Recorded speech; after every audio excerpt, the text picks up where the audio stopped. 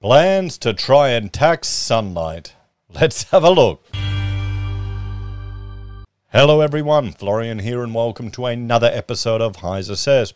Grab your stein of coffee and, well, let's have a look at an article that a viewer sent to me. I think they knew how I would react.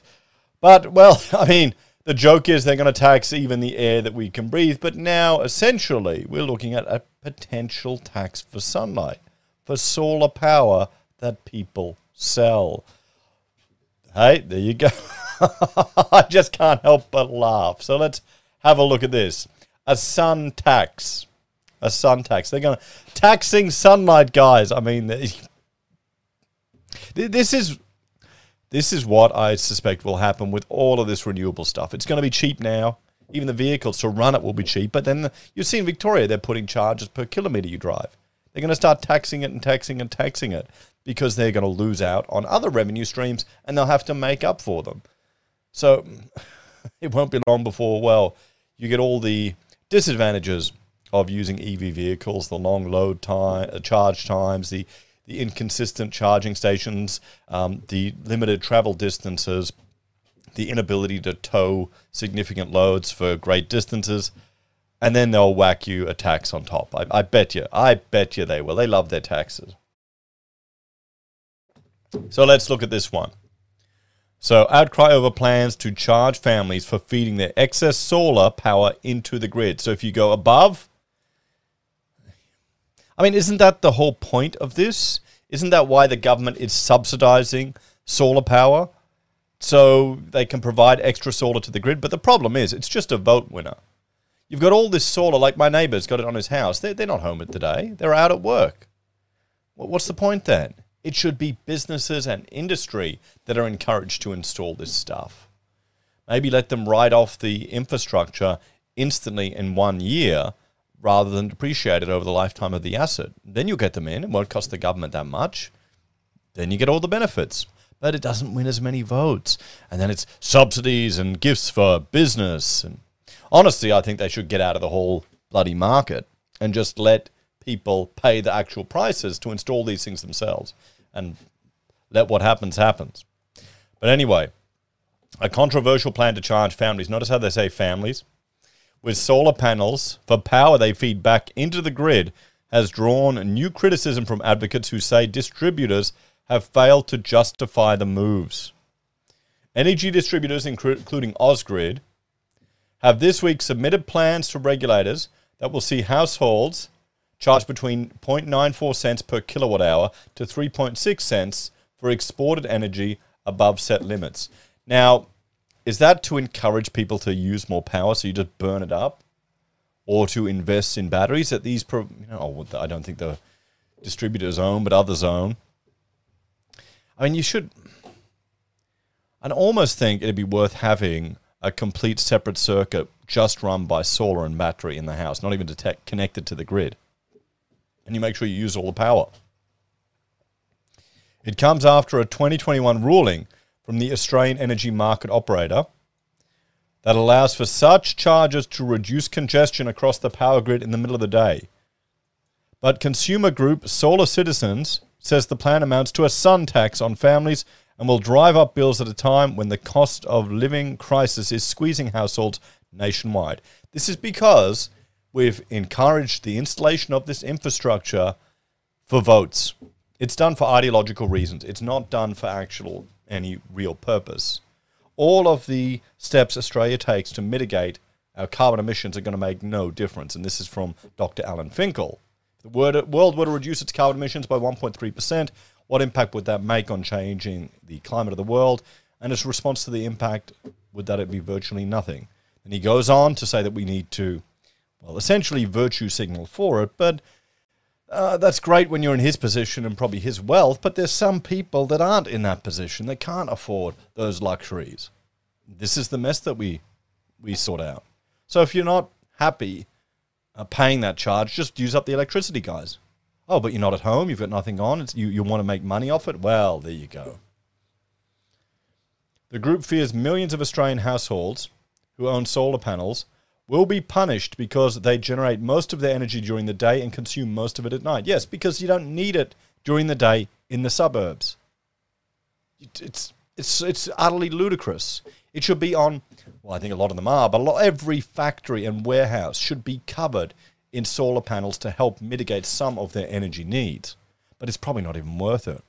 For the amount of energy that they use, what they get there, then you've got the maintenance cost, then you've got the replacement cost, and you've got to go out there and maintain and check it, and there's all these costs associated with it. They'll probably do it just for the optics.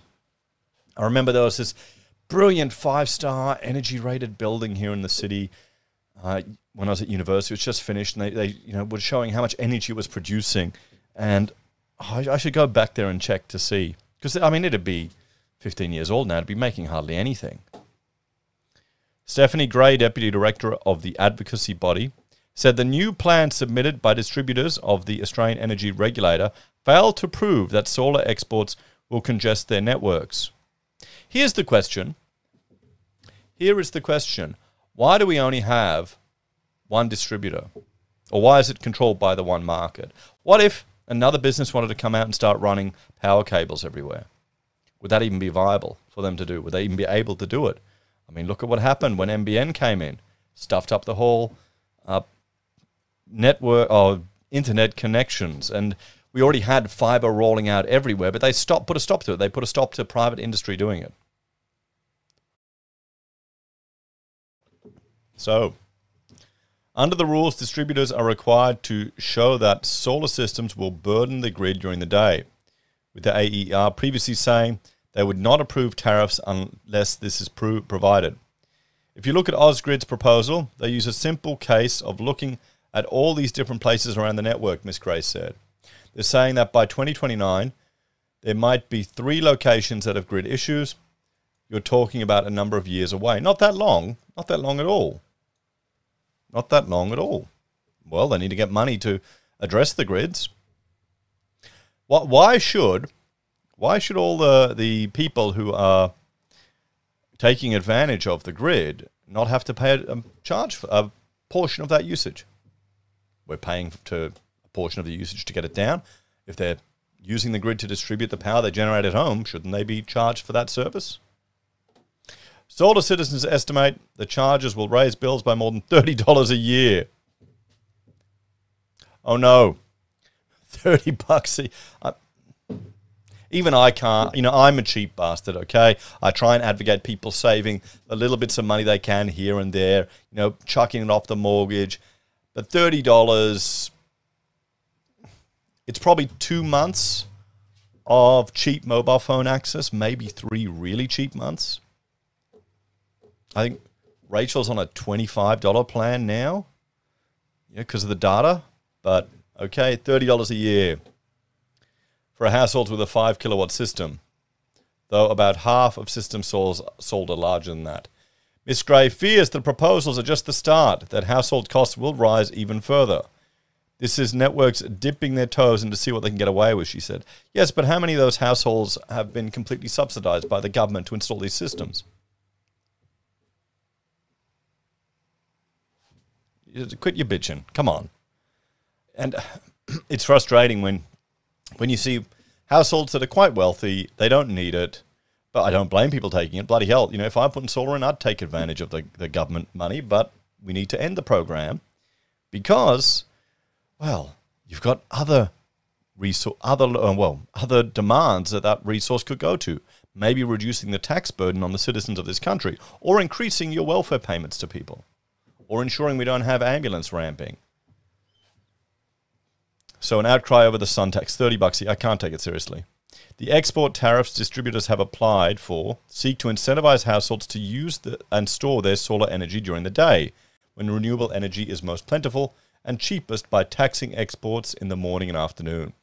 A reward system would be implemented alongside the daytime tariffs that would pay for solar exported at night when demand is highest.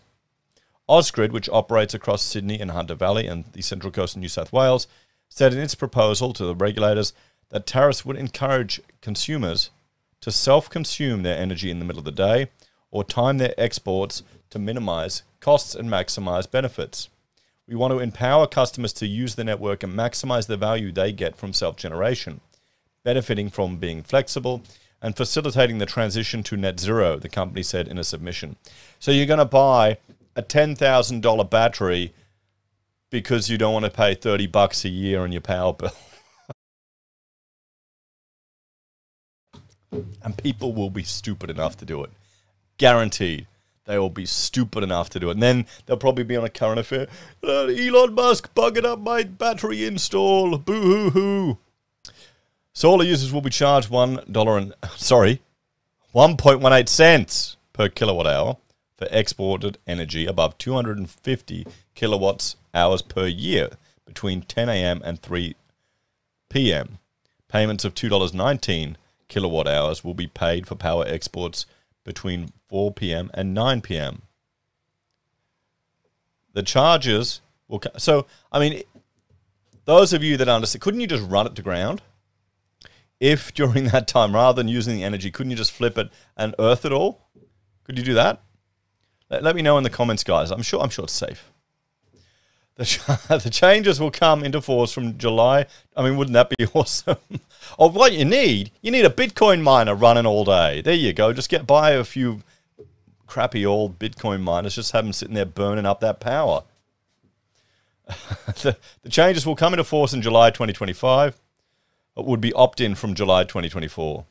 But Ms. Gray said the reward component of the tariff proposals are so insignificant that they're unlikely to incentivize households to change their behavior or purchase battery storage.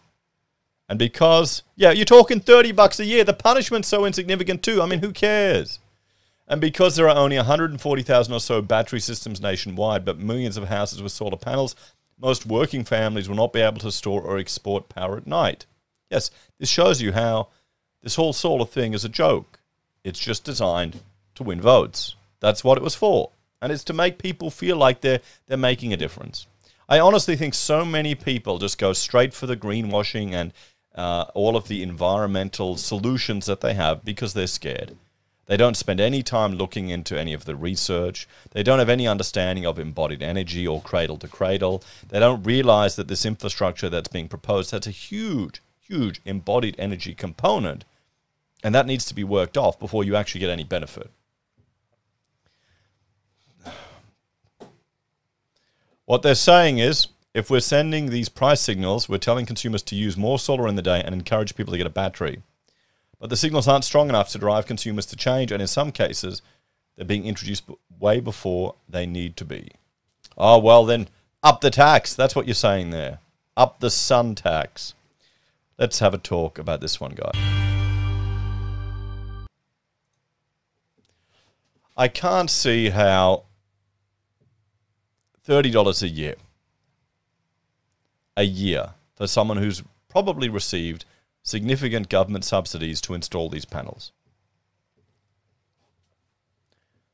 It's a bit of a joke, isn't it? Seriously. I think people are annoyed because they bought these things thinking they'll be making money off them. You know, they'll be sticking them on the panel. They're not using them. How many people put them on their house, not on their business? That's the reality of the matter. I mean, it makes a lot of sense. I'm definitely going to look at getting panels eventually once we finish the renovations. But it's because I've got an office at home. At the other house now, we've got 6 computers running during the day. And we're working on things as kids are learning stuff. Actually, maybe I need to get some cheaper computers. Not everyone needs a 650-watt power supply. But still.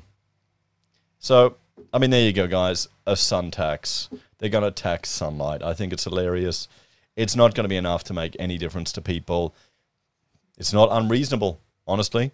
It just shows you that the whole fantasy that this is going to solve all of our problems, it's a joke. It's bullshit. It's no different at this scale to the mammoth projects they're proposing. As always, let me know your thoughts and opinions on this one. Thanks for watching. Check out HeiseBim and Heise Does for other videos and other topics. If you're a fan of the channel and want to support us, you can on YouTube or Patreon. Use our referral links, buy our pocket squares, or call us if you need an architect. Take care, everyone. Have a great day, and I'll see you in the next episode of HeiseSays. Bye for now.